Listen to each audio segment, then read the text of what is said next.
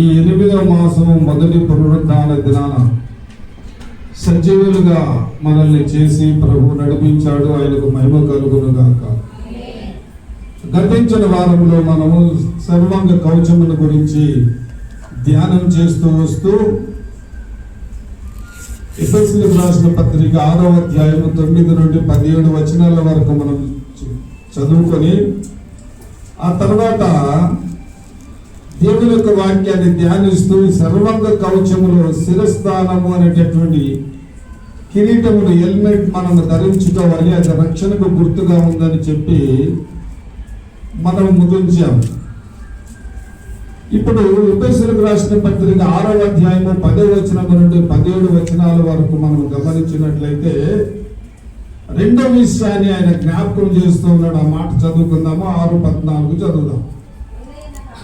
ఏలయనగా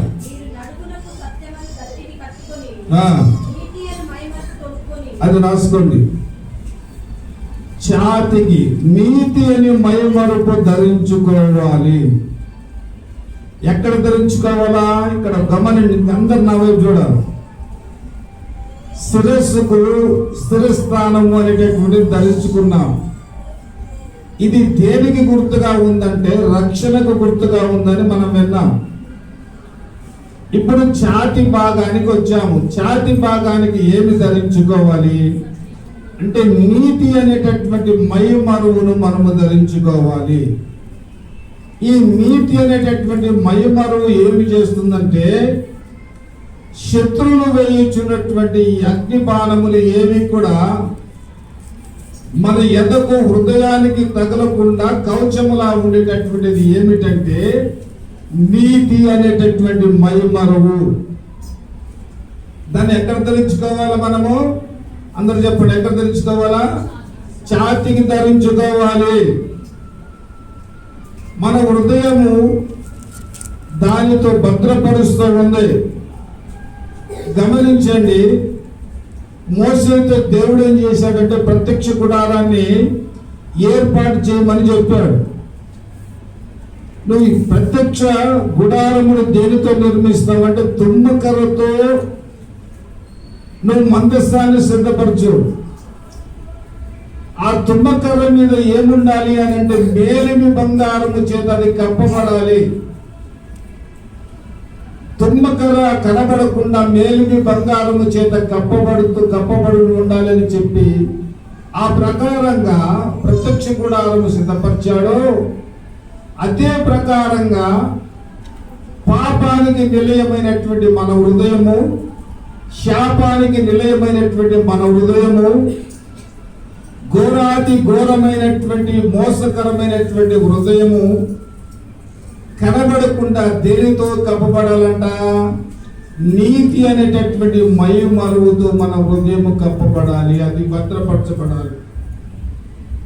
ఎందుకు హృదయానికి నీతి అనే మైమరువు? ఇర్మియా గ్రంథము 17వ అధ్యాయము 9వ వాక్యాన్ని చదువుదాం. ఎందుకు? హృదయము అన్నిటికంటే మోసకరమైనది, ఘోరమైన వ్యాధి గలదు, దాన్ని గ్రహించగలవాడెవడైనా ఉన్నాడా? హృదయము అన్నిటికంటే మోసకరమైనది. ఎప్పుడు మోసం చేస్తుందో తెలియదు. గమనించండి, ఒక వార్త విన్నాను. భార్య భర్తతో అంటుంది, మా తమ్ముంది పెళ్లి ఉంది, ఆ పెళ్లికి మనం బట్టలు పెట్టాలా, పెళ్లి కుమారుని చేయాలా, ఒక 10,000 ఖర్చు అవుతుంది, 10,000 తీసుకురామని చెప్పి భర్తతో అన్నది. భర్త ఏమన్నాడు, మనం ఉండే స్థితి బాగలేదు, 10,000 ఎక్కడి నుండి తీసుకురావాలని చెప్పేసి 10,000 అతడు ఇవ్వలేని పరిస్థితి వచ్చింది. 10,000 ఇయ్యనందుకు అక్ర సంబంధం పెట్టుకొని ఏం చేసిందంటే భర్తను చంపింది. ఏం చేసింది? 10,000 ఇచ్చే వాణిని ప్రేమించి వాణిని లోపరుచుకొని అతని ద్వారా భర్తను చంపించింది. హృదయము అన్నిటికంటే అది ఎప్పుడు ఏం చేస్తుందో హృదయం తెలియదు. ప్రేమగానే ఉంటుంది, లాలిస్తుంది, బుజ్జగిస్తుంది, ఎన్నో చేస్తుంది. కానీ అది మోసకరమైనటువంటి హృదయము. దేవునికి స్తోత్రము కలుగునుగాక. ఆదికాండము 6వ అధ్యాయము 5వ వచనాన్ని చదువుదాం. నరుల చెడుతనము భూమి మీద గొప్పదని, వారి హృదయం యొక్క తలంపులు ఊహలన్నీ కేవలము చెడ్డవని యెహోవా చూచి తాను భూమి మీద నరులను చేసినందుకు హృదయములో సంతాపపడ్డాడు. ఈ మనుషులను నేను ఎందుకు స్తుతించానా? మీరు మార్గము తప్పిపోయారు, నా మాట విననొల్లని స్థితిలో ఉంటున్నారు, పాపములో జీవిస్తున్నారు, అక్రమాన్ని ప్రేమిస్తూ ఉన్నారు. నేను ఎందుకు చేశానని చెప్పి తన హృదయంలో ఆయన నొచ్చుకుంటూ ఉన్నాడు. సామెతల గ్రంథము 4వ అధ్యాయము 23వ వాక్యాన్ని చదువుదాం. సామెతలు 4:23. నీ హృదయములో నుండి జీవధారలు బయలుదేరును, కాబట్టి అన్నిటికంటే ముఖ్యముగా నీ హృదయమును భద్రముగా కాపాడుకో. ఎందుకు హృదయాన్ని భద్రపరచుకోవాలి అంటే, నీ హృదయములో నుండి జీవజలధారలు బయలు వెళుతాయి కనుక నీ హృదయాన్ని భద్రపరచుకోమని చెప్పి ఆయన జ్ఞాపకం చేస్తూ ఉన్నాడు. మొదటి రాజుల గ్రంథము 11వ అధ్యాయము 3వ వచనాన్ని జ్ఞాపకం చేసుకుంటే, సొలొమోను యొక్క హృదయమును ఏం చేశారట చూద్దాం, చదవండి. అతనికి 700 మంది భార్యలు, 300 మంది ఉపపత్నులు కలిగి ఉండేవి. అతని భార్యలు అతని హృదయం వినండి ఇక్కడ విను. అతని భార్యలు ఏం చేశారట? అతని హృదయాన్ని త్రిప్పివేశారు. ఆశ్చర్యకరమైన విషయం ఏంటంటే, సొలొమోను మనలాంటి మనుషుడు కాదు. ఆయన దైవ జ్ఞానం పొందినటువంటి వాడు, దేవుని చేత దీవింపబడినటువంటి వాడు. దేవుని యొక్క ఉన్నతమైన జ్ఞానము, ఆ దేశమందు అతని జ్ఞానము వంటి వాడు మరొకటి లేరు అని పేరుగాంచినటువంటి వ్యక్తి, అంత గొప్ప మందిరాన్ని కట్టినటువంటి వ్యక్తి ఏం చేయబడ్డాడు? భార్యలు చేత తమ హృదయము త్రిప్పబడింది. దేవునికి స్తోత్రము కలుగునుగాక. బలవంతుడైనటువంటి సంసోను దెలీల చేతులు చిక్కి జన్మ రహస్యాన్ని చెప్పాడు. బలవంతుడే, నాజీరు చేయబడినటువంటి వాడే, 13వ న్యాయాధిపతిగా ఉండవలసినటువంటి వాడే. కానీ ఏమయ్యాడు? ఆమె చేతులు చెక్కి తన హృదయాన్ని అప్పగించాడు. దేవునికి స్తోత్రము కలుగునుగాక. నా ప్రియమైనటువంటి ప్రియ దేవుని సంగమా, దేవుని బిడ్డలారా, సర్వాంగ కవచమును ధరించుకొనడి. ఆ సర్వాంగ కవచములో మొట్టమొదటి ఏంటంటే స్థిరస్థానం మీద రక్షణకు గుర్తు. రెండోది, చాటికి మనము మైవరు అనేటటువంటి నీతి అనే మైవరువును మనము తొడుక్కోవాలా.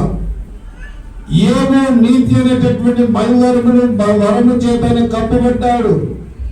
ఫిలిప్పీయులకు రాసిన పత్రిక 3వ అధ్యాయము 9వ వాక్యాన్ని చదువుదాం. క్రీస్తును సంపాదించుకొని ధర్మశాస్త్ర మూలమైన ఆ నీతిని గాక క్రీస్తునందలి విశ్వాస మూలమునైన నీతిని అనగా విశ్వాసమును బట్టి దేవుడు అనుగ్రహించు నీతి గలవాడనైతేనే.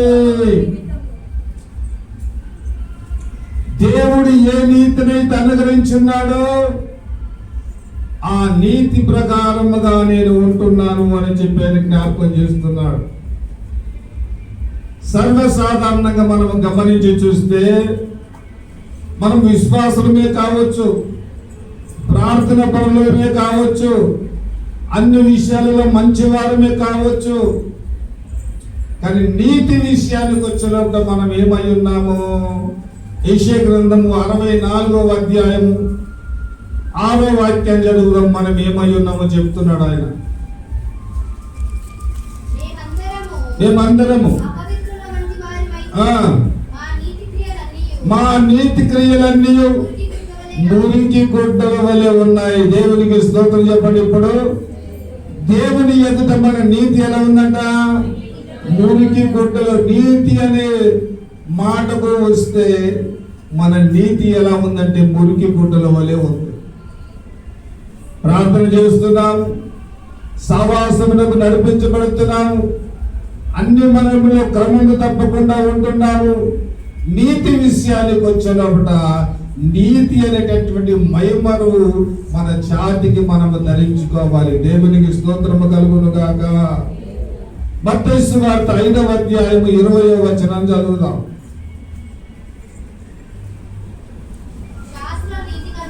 శాస్త్ర నీతి కంటే కూడా, పరిశీలన నీతి కంటే కూడా మీ నీతి అధికము కావాలి. మీ నీతి అధికము కావాలి. మీ నీతి అధికము కావాలా? ఎవరికంటే? శాస్త్రుల పరిశీలన కంటే మీ నీతి అధికము కావాలి. దేవునికి స్తోత్రం చెప్పండి గట్టిగా హల్లెలూయా. 2 కొరింథీయులకు రాసిన పత్రిక 5వ అధ్యాయము 21వ వచనాన్ని చదువుదాం. అది మనం ఏమై ఉన్నామాట? ఆయన యందు దేవుని నీతి. మనము నీవెవరివంటే నేను దేవుని నీతిని అని చెప్పాలా. నీవెవరివి? నేను చెప్పండి, నేను దేవుని నీతిని. ఇప్పుడు అడుగుతున్నారు, నీ పక్కన అడుగుతున్నారు, నువ్వెవరివి? ఇప్పుడు చెప్పాలి. మీరేమని చెప్పాలి? ఇప్పుడు దేవుని నీతిని అని చెప్పాలి. దేవునికి స్తోత్రము కలుగును గాక. కాబట్టి రెండో విషయాన్ని మనము జ్ఞాపకం చేసుకుంటే నీతి అనేటటువంటి మహిమను మనము తొడుగుకోవాలి. మూడో విషయాన్ని జ్ఞాపకం చేసుకుందాం. అదే ఎఫెసీ 6:14.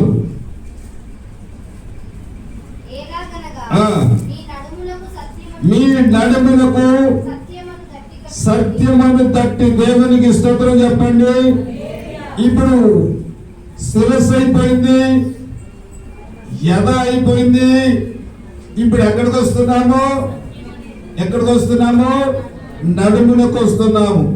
ఈ నడుముకు ఏ తట్టి ఉండాలి అని మనము గమనిస్తే సత్యం అనేటటువంటి దట్టి మన నడుమునకు కట్టుకోవాలి. ఈ నడుమును దేనితో పోలుస్తున్నాడు? 1 పేతురుకు రాసిన పత్రిక 1వ అధ్యాయము 13వ వాక్యాన్ని మనము గమనిస్తే చూడండి. నడుమును ఏమంటున్నాడు ఇక్కడ? కాబట్టి మనసు అని నీ నడుము. దేవునికి స్తోత్రం చెప్పండి. నడుమును దేనికి పోలుస్తున్నాడు? మనసుకు పోలుస్తూ ఉన్నాడు. ఈ మనసుని నడుముకు ఏమి కట్టుకోవాలా? నిత్యము నీవు సత్యం అనేటటువంటి దట్టిని నువ్వు కట్టుకోవాలా. లూకా సువార్త 13వ అధ్యాయము 11వ వచనము. లూకా 13:11. 18 ఏళ్ల నుండి బలహీనపరచు దెయ్యం ఏం చేసిందంటే ఎక్కడ పట్టిందంట? ఎక్కడ ఎట్లుందా స్త్రీ? నడుము వంగిపోయిన స్త్రీ నడుముకు పట్టింది దెయ్యము.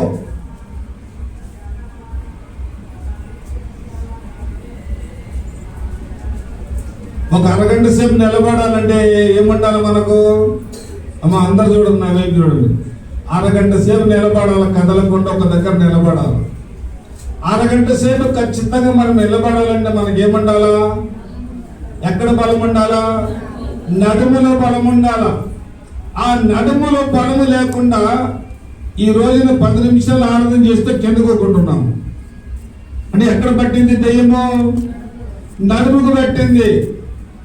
ఈ నడుము 18 సంవత్సరాల నుంచి ఏమాత్రము కూడా చక్కగా నిలబడక వంగిపోయినటువంటి స్త్రీకి నడుముకు పట్టింది దయ్యము. ఇది చాలా జాగ్రత్తగా ఈ విషయాన్ని గమనించండి. ఈ నడుముకు పడినటువంటి నడుమును దేనికి పోల్చాడు? మనసుకు పోలుస్తూ ఉన్నాడు. దేవునికి స్తోత్రము కలుగును గాక. కాబట్టి ఈ నడుమనేటటువంటి ఈ నడుమునకు సత్యమనేటటువంటి తట్టిని మనము కట్టుకోవాలి. సత్యము ప్రకారముగా మనము నడవాలి. యోహాను సువార్త 18వ అధ్యాయము 34వ వాక్యము. యోహాను సువార్త 18వ అధ్యాయం 34వ వాక్యము. యేసు, నీ అంతట నీవే ఈ మాట అనుచున్నావా?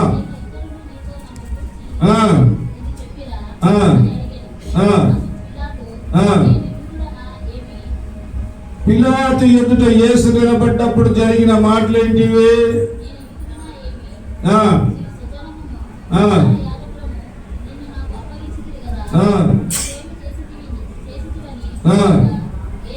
యేసు, నా రాజ్యము వేరు, నా రాజ్యం ఈ లోక సంబంధమైనటువంటిది కాదు. నా రాజ్యము ఈ లోక సంబంధమైతే నేను యూదులకు అప్పగింపబడకపోదును. నా రాజ్యములో ఏముందంటే సత్యం ఉంది. ఎక్కడ సత్యం ఉందో, ఎక్కడ నీతి ఉందో అదే నా రాజ్యము. దేవునికి స్తోత్రము కలుగును గాక. అందుకే పిలాతు భార్య అన్నది, ఆ నీతిమంతుని జోలికి నువ్వు వెళ్ళతో, అతడు నీతిమంతుడు. కాబట్టి సత్యము నడుమునకు సత్యమైనటువంటి దట్టిని మనము కట్టుకొని మన విశ్వాస జీవితంలో ముందుకు సాగాలి. ఎందుకు ఈ సర్వాంగ కవచమును మనము ధరించుకోవాలని మరొకసారి మనం జ్ఞాపకం చేసుకుంటే, అపవాది తంత్రములను ఎదిరించుటకు మీరు సర్వాంగ కవచములను ధరించుకోవాలి. ఈ కవచము లేకుండా అపవాదితో నీవు యుద్ధమో చేయలేవు. ఒకవేళ చేయాలనుకున్నాను ఓడిపోతావు. ఈ సర్వాంగ కవచములో స్థిరస్థానం ఉండాలి. ఎదకు ఏముండాలంటే నీతి అనే మైమరం ఉండాలి. నడుములకు సత్యమైనటువంటి దట్టి కట్టుకోవాలి. దేవునికి స్తోత్రము కలుగును గాక. చెప్పండి గట్టిగా హల్లెలూయా.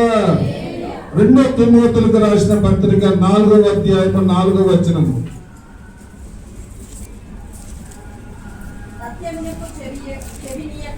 సత్యమును చెవి, ఈ మాటలు మీరు అండర్లైన్ చేసుకోండి. సత్యమునకు చెవినీయక కల్పన కథల వైపు మల్లు కాలము వచ్చింది. సత్యానికి ఈ రోజున చెవులు ఇవ్వడం లేదు. అద్భుతాల వైపు, ఆశ్చర్యమైనటువంటి కార్యాల వైపు, స్వస్థతల వైపు మనసులు పరిగెత్తుతున్నారు కానీ సత్యవాక్యము వైపు వారు మొగ్గు చూపటం లేదు. మనుషులు దేని వైపు పరిగెత్తున్నారట? కల్పన కథల వైపు పరిగెడుతూ ఉన్నారు. లూకాసు సువార్త 20వ అధ్యాయము 21వ వచనము.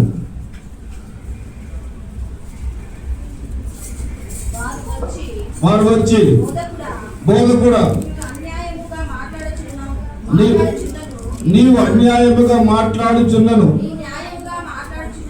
నీవు న్యాయముగా మాట్లాడుచున్నను,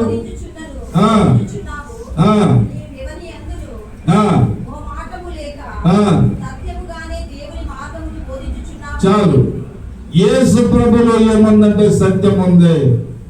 ఆయన మాటలలో సత్యం ఉంది, ఆయన బోధలో సత్యం ఉంది, ఆయన సమస్త విషయముల యందు ఏముందంటే సత్యం ఉంది. యోహాను సువార్త 6వ అధ్యాయము 66వ వచనము 68వ వచనము చదువుదాం. 66వ వచనము.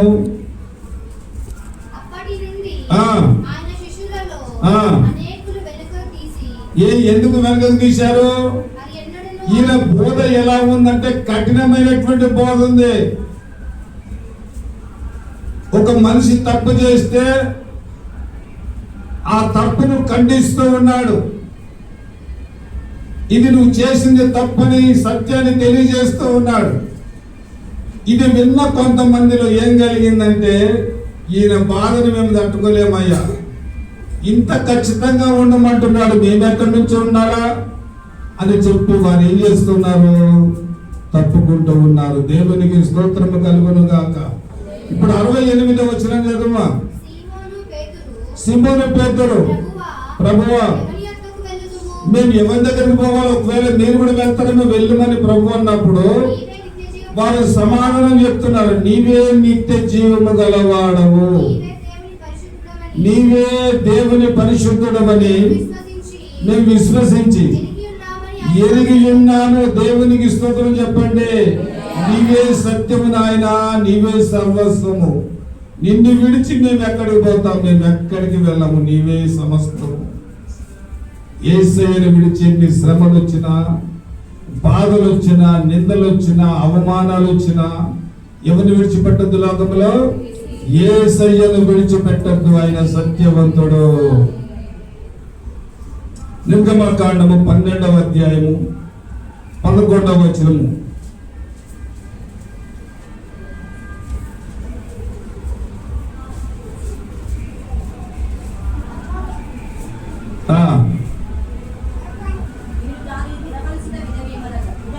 దేని తినవలసిన విధము? మీరు దాన్ని తినవలసిన విధమేదనగా మీ నడుమును కట్టుకొని, మీ చెప్పులు తొడుక్కొని, మీ ఏం చేత పట్టుకోవాలా? కర్రలు చేత పట్టుకొని త్వరపడుతూ పరలోకము నుండి దేవుడు అనుగ్రహించే మన్నాను తినే విధానముల గురించి ఆయన తెలియజేస్తా ఉన్నాడు. ఇప్పుడు ఆర్మీలో సైనికులు ఉంటారు, వాళ్ళు మనకలాగా చక్కగా సూలిప్పేసి సబ్బు పెట్టి చేతుల గింతలు గడుపుకొని ఫ్రెష్ అప్ అయిపోయి నిదానంగా వచ్చి భోజనం చేస్తారా? చెయ్యరు. మార్గంలో నడుచుకుంటేనే ఆహారాన్ని భుజిస్తారు. వారు మార్గంలో లాగా వెళ్తా ఉంటారు.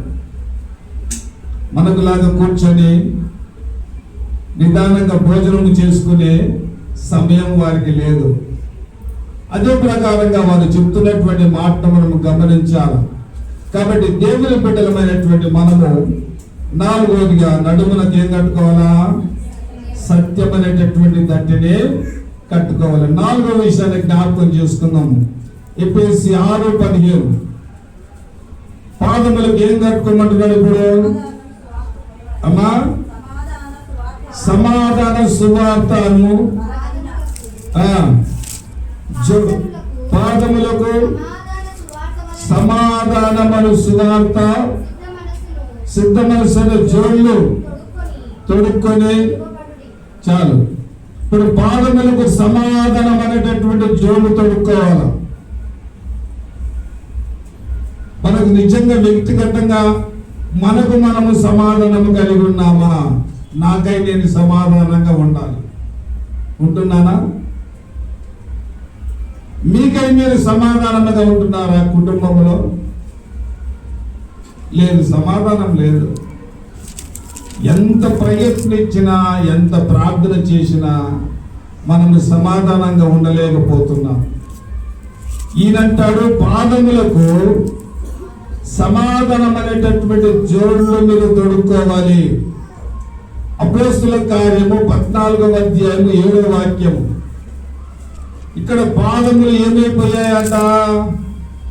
బలహీనమైనటువంటి పాదాలు. సమాధానమైన జోళ్ళు తొడుక్కోకుండా, చదువుమా, లుస్త్రాలో బలహీన పాదములు గల ఒకడుండెను. అతడు పుట్టినది మొదలుకొని కుంటివాడై ఉన్నాడు. అట్టి వాడిని దేవుడు స్వస్థపరిచాడు. ఇప్పుడు పాదములు సమాధానం అనేటటువంటి జోళ్ళు వాడు తొడుక్కోకుండా, ఇప్పుడు పాదములు ఏమొచ్చింది? బలహీనత వచ్చింది. కాబట్టి సమాధానం అనేటటువంటి జోళ్ళను మనము తొడుక్కోలేకపోతున్నాం. అపవాది దగ్గర మనము యుద్ధానికి వెళ్ళినప్పుడు ఈ సర్వాంగ కవచములో ఈ 6 వస్తువులు ఉండాలి. మొదటిది చెప్పండి. ఇప్పుడు శిరస్థానము, రెండోది నీతి అనే మైమరు, సత్యమనే దట్టి, సమాధానం అనేటటువంటి జోళ్ళు మనం తొడుక్కోవాలి. అపోస్తలుల కార్యము 3వ అధ్యాయము 7-8 వచనాలు.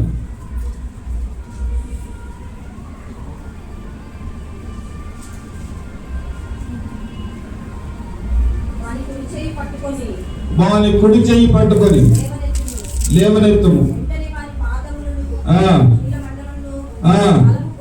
బలము పొందెను, దేవునికి స్తోత్రం కలుగును గాక. వాని చూసిన వెంటనే వాని ముట్టి స్వస్థపరిచి వానికి సమాధానమును కలిగేటట్లుగా దేవుడు కార్యాన్ని జరిగించాడు. సమాధాన పడుటకు సిద్ధ మనసు మనకు కావాలా? ఏ మనసు కావాలా? సిద్ధ మనసు కావాలి. కాబట్టి మన పాదములకు ఏముండాలా? సమాధానం అనేటటువంటి జోళ్ళు మనము తొడుక్కోవాలా. దేవునికి స్తోత్రము కలుగును గాక. మనకు సమాధానము, దేవునితో మనకు ఏముండాలా? సమాధానం ఉండాలా. మనకు కుటుంబముతో ఏముండాలా? మనకు సంఘముతో ఏముండాలా? మనకు ఇరుగు వారితో ఏముండాలా? సమాజంతో ఏముండాలా? సమాధానం ఉండాలా. ఇప్పుడు శిరస్సు కంప్లీట్ అయిపోయింది. ఏమైపోయింది?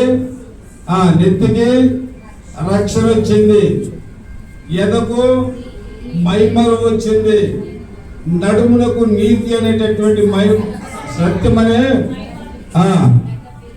సత్యమైన నడుమునకు దట్టి, సత్యమైన దట్టిని కట్టుకున్నాం. ఇప్పుడు పాదాలకు ఏమొచ్చింది? సమాధానం అనేటటువంటి జోళ్ళను మనం తొడుక్కున్నాం. నా ప్రియమైనటువంటి దేవుని సంగమా, మిగిలిన విషయాలు వచ్చే వారంలో మనం ధ్యానం చేసుకుందాం. ఈ మాటలు ప్రభు తన వినికిడిలో దీవించును గాక. తలలో ఉంచి కళ్ళు మూసుకొని ప్రార్థన చేద్దాం. అందరూ కూడా తలలో ఉంచి